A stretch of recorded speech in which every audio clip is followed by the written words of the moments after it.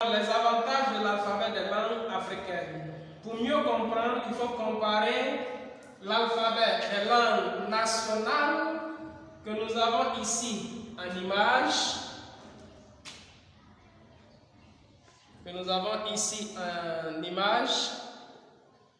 Il nous faut comparer cet alphabet à l'alphabet des langues africaines. Le premier avantage, c'est que l'alphabet national est un alphabet limité. Il ne s'applique qu'aux langues nationales. Et avec cet alphabet, il nous faudra plusieurs alphabets nationaux pour pouvoir transcrire les langues africaines. Cela accentue davantage nos divisions. Par contre, l'alphabet des langues africaines s'applique aux langues africaines et même étrangères. C'est un projet qui nous unit et non qui accentue nos divisions. Le deuxième avantage, la formation des lettres de l'alphabet national est très complexe. Par contre, la formation des lettres de l'alphabet des langues africaines est très simple car elle se résume à un trait horizontal et un trait vertical.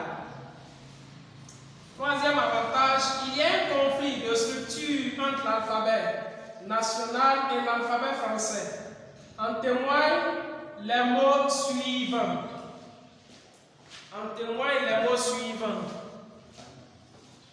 Wedraogo,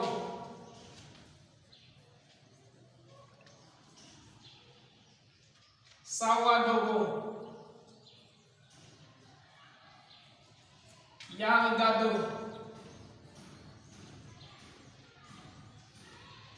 celui qui a appris le français et qui vient apprendre les langues nationales a tendance à apporter la structure de la langue française au niveau des langues nationales. Le DR en français comme drapeau, dragon, donc il dira Wedraogo et ça ne donne aucun sens au mot. Sawadogo, Yalgado. Par contre, avec le système des sons associés, on peut mieux traduire nos langues africaines. Il suffit simplement de mettre le D en son associé. On a wait, rao, ce qui donne un son. Wait, rao. Ici, on n'a pas besoin du O. Il suffit simplement de mettre le D en son associé. Sawad, sawad. Ici, par exemple, Yalgado.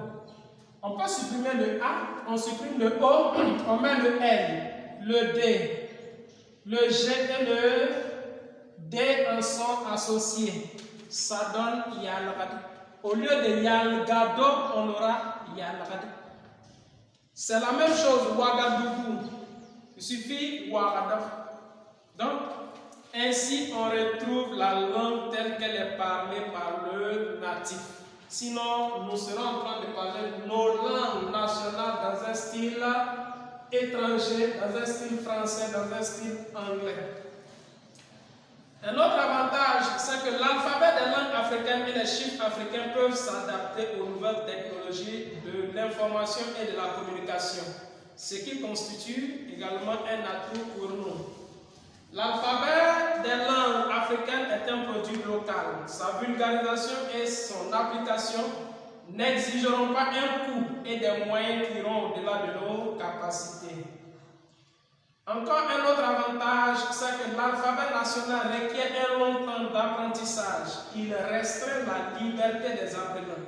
Ils sont coincés entre 4 murs et ils doivent suivre un professionnel pendant une longue durée avant de devenir indépendants. Par contre, l'alphabet des langues africaines et les chiffres africains peuvent être appris en un temps très réduit à cause de leur simplicité. Ils vont offrir plus de liberté aux apprenants. Ici, les apprenants seront rapidement indépendants. En plus de cela, le taux d'alphabétisation avec l'alphabet français et l'alphabet national reste en deçà des attentes après plusieurs siècles.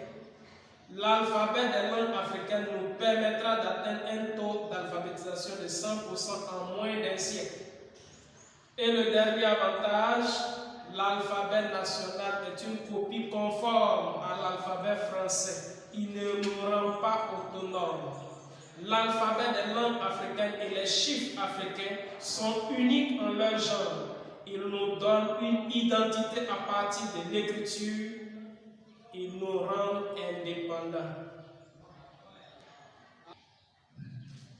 Je vais terminer par un numéro WhatsApp 00226 58 94 07 87.